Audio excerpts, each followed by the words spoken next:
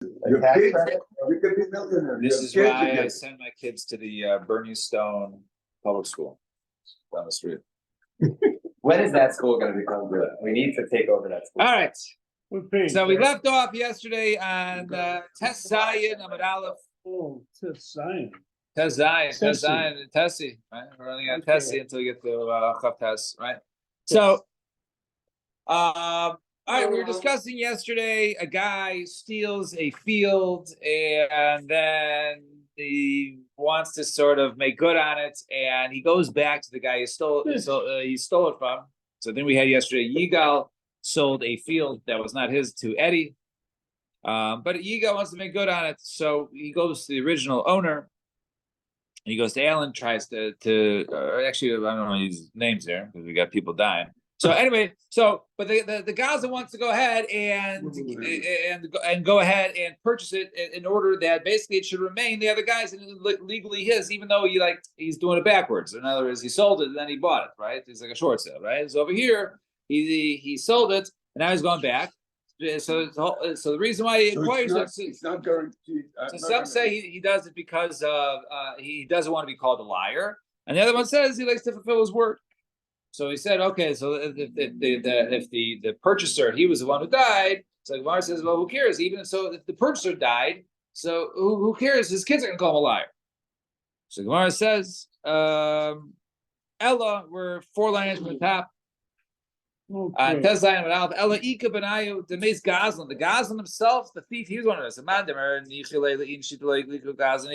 want to be called the Gazlan, so he doesn't care, he's dead. The one who says, hey, he likes to go ahead and fulfill his words. Right? He wants his word to be fulfilled. So therefore, right? In other words, and therefore he wants the purchase to go through. He also says, but they're going to call his kids the son of a god. So when he gives it as a gift. He wants to be believed. He wants to keep his word. This is your gift, and you get to keep it. But that which he doesn't want to be called the Gazan, so he's not going to be called the Gazan, because even if he gets taken away from the recipient of the gift, the guy will say, I'm not a thief, right? What did I steal from you? I didn't steal anything from you. Fine. So we are by Pita. So question is, remember, the Gazan goes, he wants to go ahead and make good on it, which he did, and once he purchased it, basically it's for that the purchaser to go ahead and keep. Now, if I sell something to Alan, right, I can't go ahead and take that item back. Right? I can't get the item back because over here he sold it to somebody, but let's say afterwards, right, the seller gets the rights to land. He didn't have the rights when he sold it to him, but later on he gets the rights to it, right? So then maybe you can say, well, I didn't really sell it to you in the first place because it wasn't mine to sell. Now, when I truly own it, it's not yours because you never really bought it, right? Right? So therefore, I'm going to take it back, right? I owe you money. Okay, take your money back. What do I care, right? It was a good piece of land, right? So the Gemara says, Shita Zavna. If it's the case, if he went ahead and if he went ahead and he sold it, right, to somebody else, right? In other words, he went back, he bought it, and I sold it. So let's go back to the case of I stole land and I sold it to Yigal, right? But it was never my land, and then I go back and it was actually Alan's land, and I repurchase it, and then I go ahead and I purchase it from Alan. Oh, I purchased it for the first time, right? And now I purchased it, and then with that purchase, I sold it to Randy. Okay? Even though Yigal is on it, he thinks he owns it, but I just sold it to Randy, and I had the rights to sell it to Randy because I bought it. But maybe that which I bought from you, I was really just reinforcing my sale to you. Right. So, Pshit Zavna, if Matana, if. I stole it. No. Well, let's say you want to sell it to me, right? And I sold the parcel to Yigal. On January 1st, I sold the parcel to Yigal, right? And then he sold it to Alan. No. Alan owns the land, Right. All right. Then a Gazlan comes along and sells it to an unsuspecting buyer. That's you. So I sold it to you. You had no idea I didn't own the land. Right. Oh, don't worry, Yigal. Yeah, right. Yigal, I'm telling you, it's mine. Would I do this? No, of course not. Obviously, it's my land. Here, quick sale. Don't tell the bank. Blah blah. Then all of a sudden, a month later, I go to Alan and I says, okay, I want to buy the land from you. And Alan's over. I negotiate with Alan. I buy the land from Alan. I'm not very attached to land, so I have no idea. You have no idea that, right? And then I take the land and I either go ahead and sell it to somebody else, or I give it as a gift, or the guy who bought it back, he died and his Yorshim got it. So Lav Lukman Kamei Lokech, right? Kaboy, right? He's not doing it to go. I'm not, or the guy in that case is not doing it in order to make sure that the buyer is happy, right? Because he went out and he sold to somebody else. Right, I sold it to somebody else, right? Obviously, Lav Lukman Kamei Lokech, boy. Nafle Birusha. So if now, what about this? Let's say the guy who originally owned the land died, and the one who inherited was the Ganav, was the thief himself, and it was a son, right? It was the son who stole from his dad and sold to somebody else, right? So not the Yerusha comes Bimela. He didn't do any effort to get it. So and therefore, it's not like he's going back to go ahead and be matriach in order to ensure that the buyer has it. So maybe so in that case, he's not making sure. And let's say the guy who the original owner owed the god of money. So now he owes him money. He's actually his creditor. So he says, you know what? With the money that you owe me, I'll just take this piece of land. So Chazina, we see if he has other land, but he wants this and why is this specific one? Right? He's actually doing it for the purpose of the the one that because he sold it to somebody else right a while ago. That's why he's collecting this specific land in order to make himself be honest. However,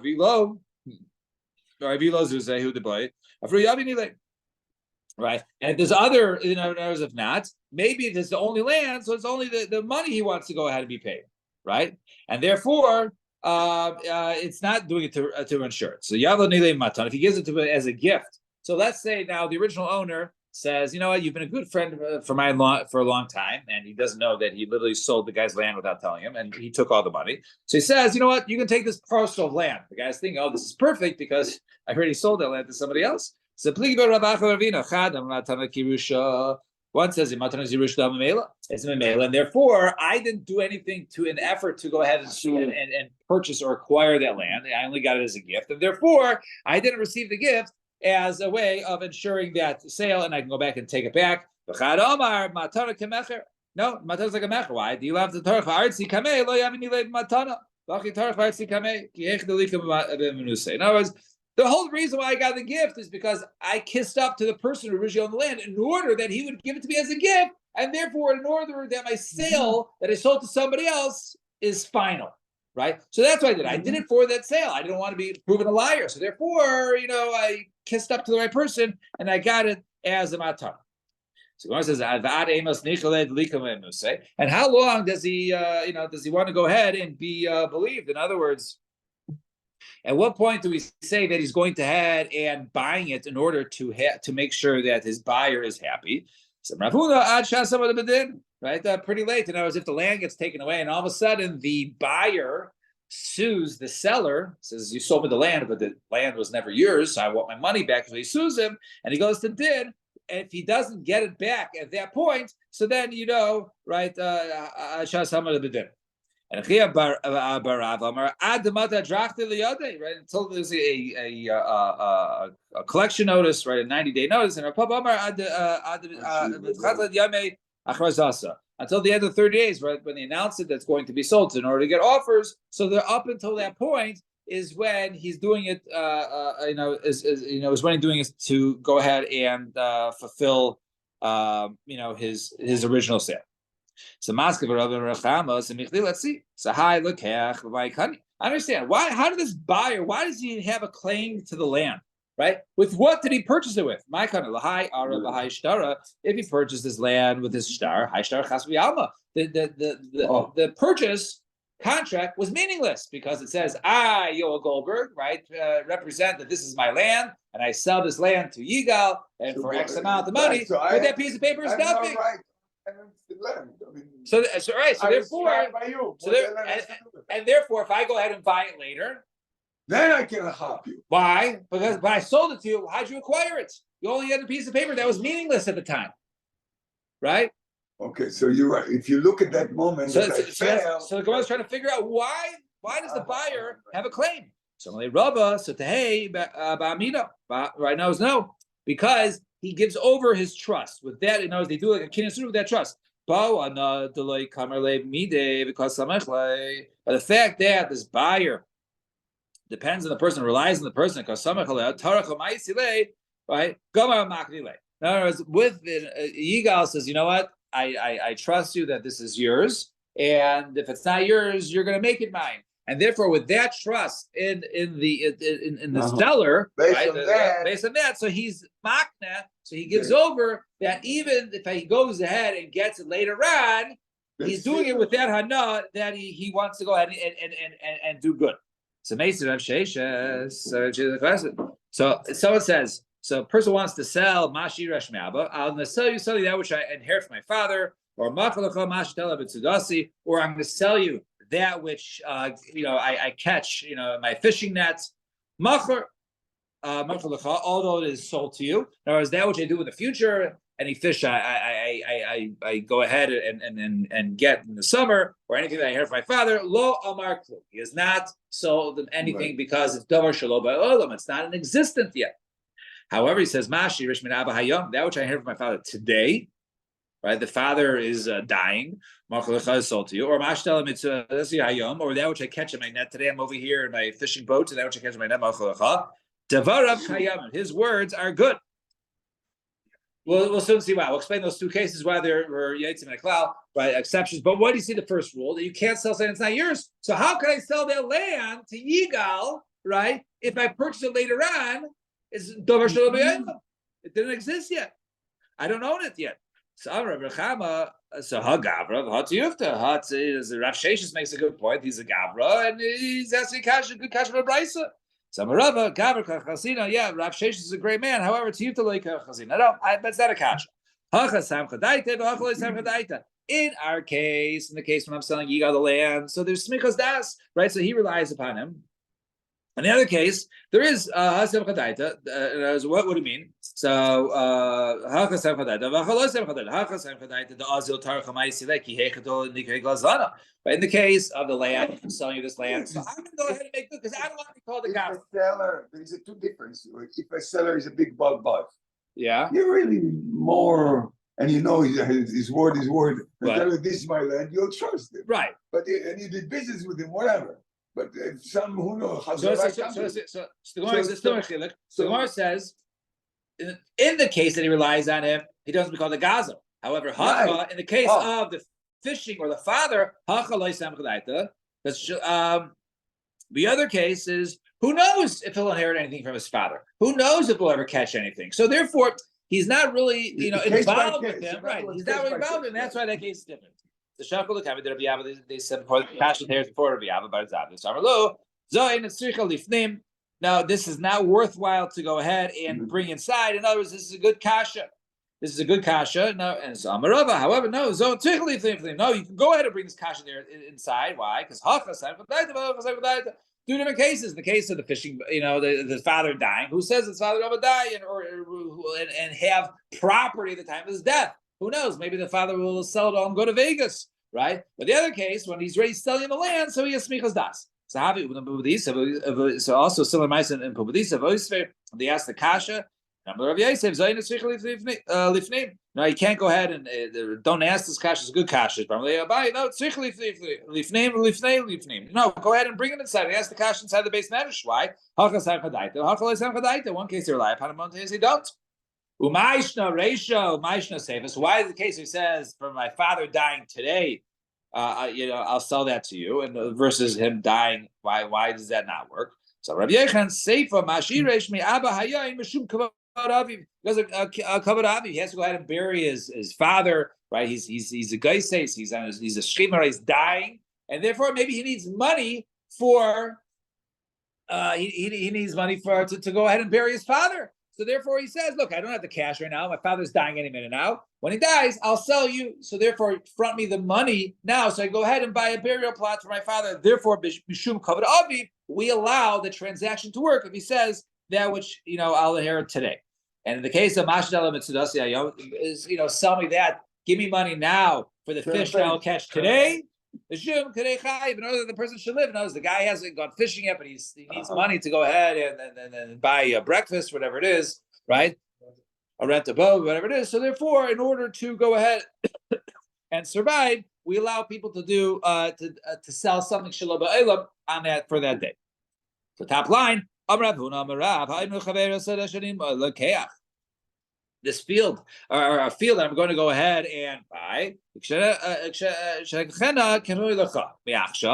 That which I go ahead, I'm going to go buy a deal, and then I'm going to sell it to you.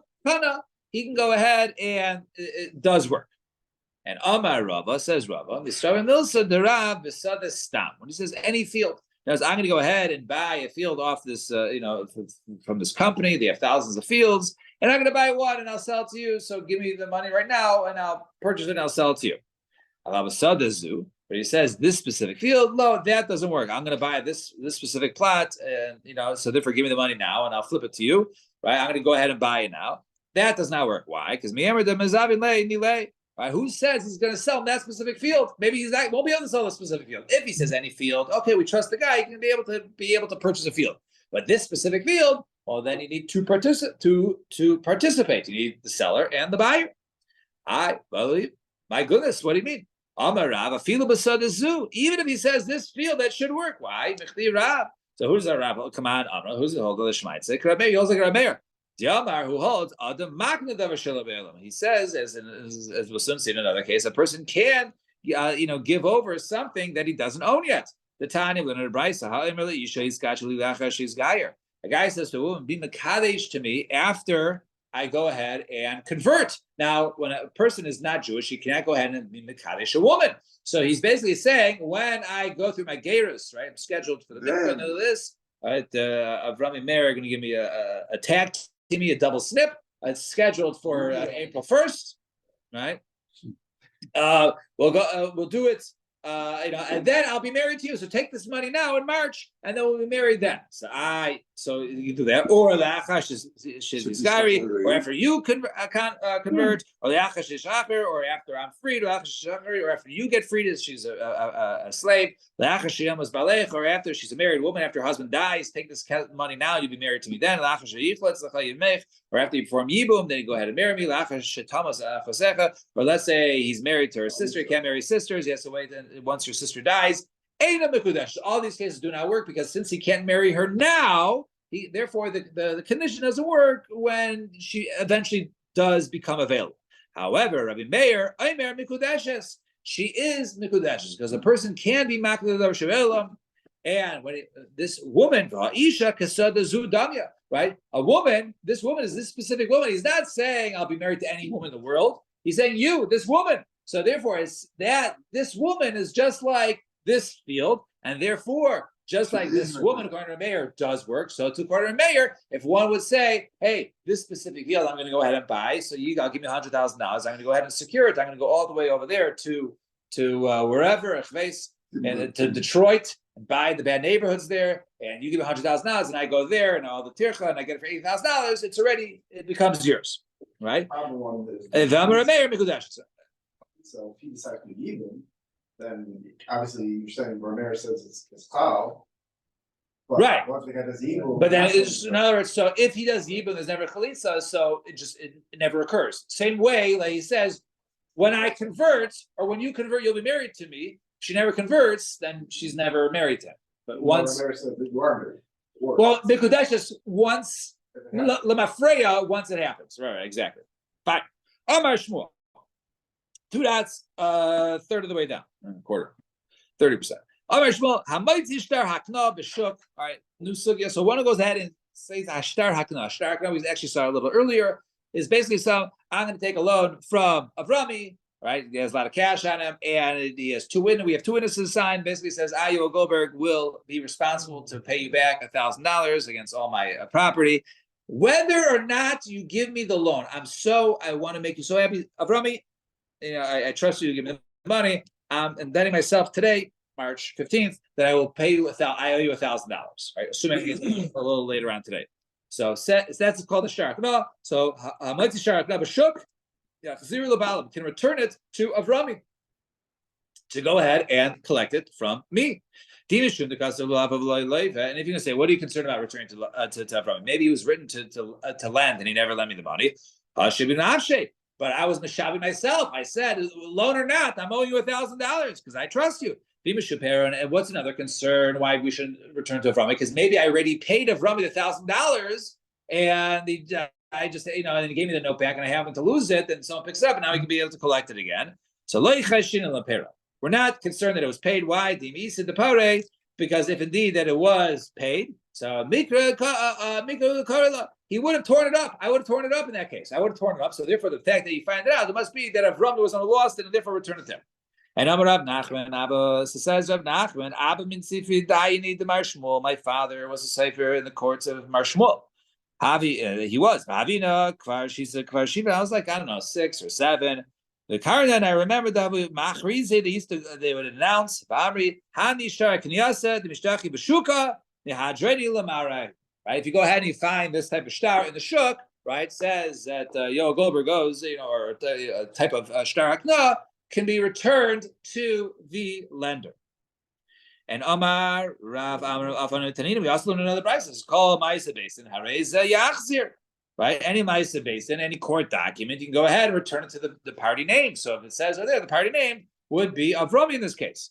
Alma, what do you see over there? Since they can return the document, we're not concerned it was paid, because if I already paid him the money back, then they would not return the document to Avram.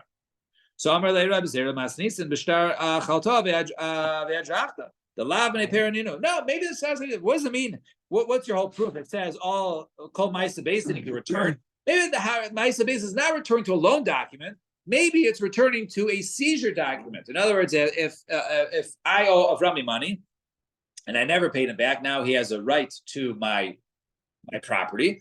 So you can go ahead and seize my property. Beis Din writes him up a notice that this house or this property they had now belongs to Avrami because in lieu of me repaying the loan. So they give him that document, and that's the document that's found, and that's returned to Avrami. So the Gemara says, because those are not collectible. What you can't collect with those. So if something was, let's say, taken away, Avrami seized my my lot here in West Rogers Park, and so I have time to go ahead and repay it back. So Avrami has it. So even so the letter shows that he took it as he owns it now. But in that case, I can go ahead and I can redeem it, or I can pay it back up until 12 months. It could always be. It could always go back, right? It doesn't matter how long. So what do you see over here? That it could be used for collections. Really, I was the one. Really, I lost out on my own. That's why you return to the credit, right? The pare, because when he paid it back, he brought the mikra shtar. You should have torn it up. Or inami, or the michtav shtar achrina, write another shtar. The medina are loy bar the mehadar. Excuse me. The michtav shtar achrina, in order to go ahead and write another document on it to say that he already collected his loan. To Medina, really, really, he doesn't have to go ahead and return me that parcel lot. But it says, because the Torah says he should do that which is straight and good in the eyes of Hashem, i.e., all right, I never really want to give Avrami my plot of land. I just supposed to pay him back. I didn't have the cash, so he took away my property, right? But it's really something mine. So therefore, if I pay Avrami back, he'll give me back the land. That's a good thing. Therefore, he gives it back. Therefore, because of so therefore, right, we say in this case that really he should have gone ahead and sold him, right? That was the Bill Shtar is Zvini, right? A sale document, another by a sale document. However, Gabe, so that was by a sale, right? However, Gabe Shtarchov, a loan document, my equal Neymar. Right, what are you going to say then? It was by loan document or a sale document. It makes sense to return, but a loan document. What are you going to say? If it was actually paid, he should have torn it up. So Amar, what are you going to say? So maybe he'll say when I'm paying back the loan, I says, okay, Avrami, give me back the loan. The letter says, oh, can't find it. Let me look for it. Tomorrow I'll go ahead and give it to you. And Hashted, let's say goodbye, but I don't have it now, right? And therefore, so that's something we could be concerned about. Inami of Shita the Safra is or maybe Avrami still owning document because yes, you paid up the loan $1,000. However, I had to go ahead and pay a sofer to go ahead and pay, and $20 was the fee you owe me for the service fee. So once you pay me the $20, then I'll give you the document. So maybe that was the case, and therefore, so in a case of a loan document, so therefore that there's a chashash that it was already paid, but when it comes to a sale document, that was not paid. Turas. So Rabbi Yechon, Hamaitzi Shtarchov b'shuk similar case. One finds a shtarchov, right, a loan document in the shuk. Afish because of a handpick, even if there was a handpick written on it. And a handpick is basically that it was authenticated, right? In other words, that there was a loan. The witnesses are good signatures. It's all good to go. He can collect. Right? You do not return it to the owner to collect it. And handpick, and not only when there's no certification of authenticity on it, because